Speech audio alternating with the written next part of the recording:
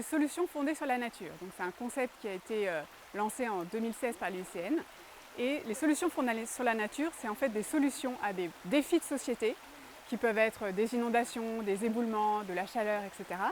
en se fondant sur la gestion et la protection des écosystèmes et qui apportent des bénéfices à la biodiversité.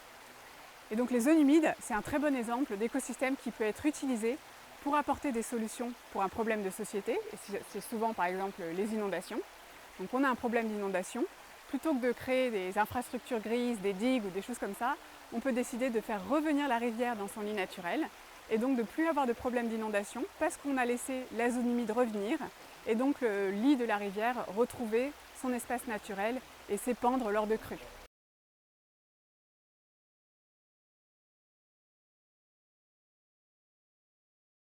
La richesse des noms des rivières, on parle d'hydronymie, c'est-à-dire des noms de rivières ou des noms des points d'eau, qui est extrêmement riche en Polynésie, contrairement à d'autres pays.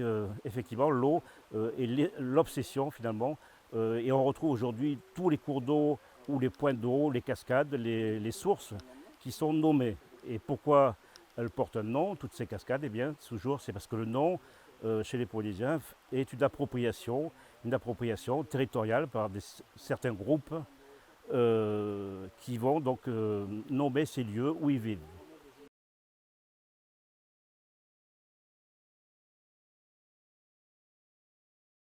Aujourd'hui, beaucoup de pressions sont mises sur les rivières parce que les populations habitent surtout sur les îles hautes. L'eau, c'est la vie, c'est à la fois les sources d'eau potable, ça sert aussi à l'industrie, c'est aussi utilisé pour l'agriculture, pour le tourisme.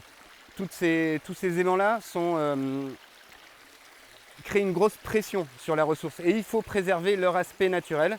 Sinon, on va se retrouver, et ce qui peut être déjà le cas dans les basses vallées, avec des problèmes d'inondation fortes quand tout est aménagé autour.